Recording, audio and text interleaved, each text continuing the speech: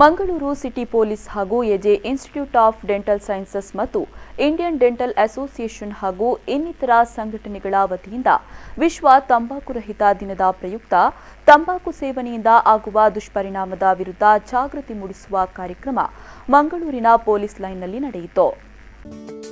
ಪೊಲೀಸರಿಗೆ ಹಾಗೂ ಅವರ ಕುಟುಂಬದವರಲ್ಲಿ ತಂಬಾಕು ಸೇವನೆಯ ದುಷ್ಪರಿಣಾಮದ ಬಗ್ಗೆ ಜಾಗೃತಿ ಮೂಡಿಸುವ ನಿಟ್ಟಿನಲ್ಲಿ ನಡೆದ ಕಾರ್ಯಕ್ರಮದಲ್ಲಿ ಮುಖ್ಯ ಅತಿಥಿಯಾಗಿ ಮಂಗಳೂರು ಪೊಲೀಸ್ ಕಮಿಷನರ್ ಸಂದೀಪ್ ಪಾಟೀಲ್ ಭಾಗವಹಿಸಿದ್ರು.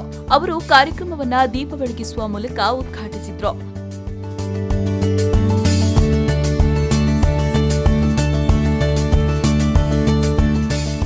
ಬಳಿಕ ಮಾತನಾಡಿದ ಅವರು, ಪೊಲೀಸರು ತಮ್ಮ ಒತ್ತಡದ ಜೀವನದಲ್ಲಿ ಆರೋಗ್ಯದ ಕಡೆಗೆ ಗಮನ ಹರಿಸುವುದು ತುಂಬಾನೇ ಕಡಿಮೆ.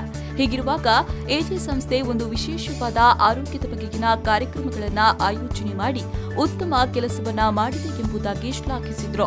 ಎಲ್ಲ ವೃತ್ತಿಗಳನ್ನ ನೋಡಿದ್ರೆ ನಮ್ಮ ಪೊಲೀಸ್ ಇಲಾಖೆಗೆ ಹೆಲ್ತ್ ಅವೇರ್ನೆಸ್ ಬಹಳ ಮುಖ್ಯ. ಯಾಕಂದ್ರೆ ನಾವು ಯಾವ ತರದ ಒಂದು ಕೆಲಸದ ಒತ್ತಡದಲ್ಲಿ ಕೆಲಸ ಮಾಡ್ತೀವಿ, ಪ್ರೆಷರಲ್ಲಿ ಕೆಲಸ ಮಾಡ್ತೀವಿ, ಅದರಲ್ಲೆಲ್ಲ ಈ ಕೆಲಸದಲ್ಲಿ ನಾವು ಎಲ್ಲೋ ನಮ್ಮ ಪರ್ಸನಲ್ ಹೆಲ್ತನ್ನು ನಾವು ಕಡೆಗಣಿಸ್ತೀವಿ.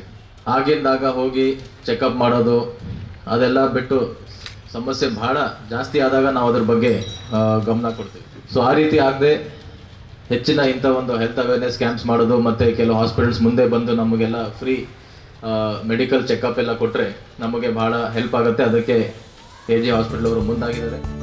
ಈ ಸಂದರ್ಭ doctor Manjunath Rai, Neelan Shetty, dental council of India ಸದಸ್ಯರಾದ doctor Shivasharan Shetty, DCP Hanumantharaya, doctor Manjunath, Lakshmi Ganesh, police ಅಧಿಕಾರಿಗಳು ಹಾಗೂ ಎಜೆ ಆಸ್ಪತ್ರೆಯ ಸಿಬ್ಬಂದಿಗಳು ಈ ಸಂದರ್ಭ ಉಪಸ್ಥಿತರಿದ್ದರು.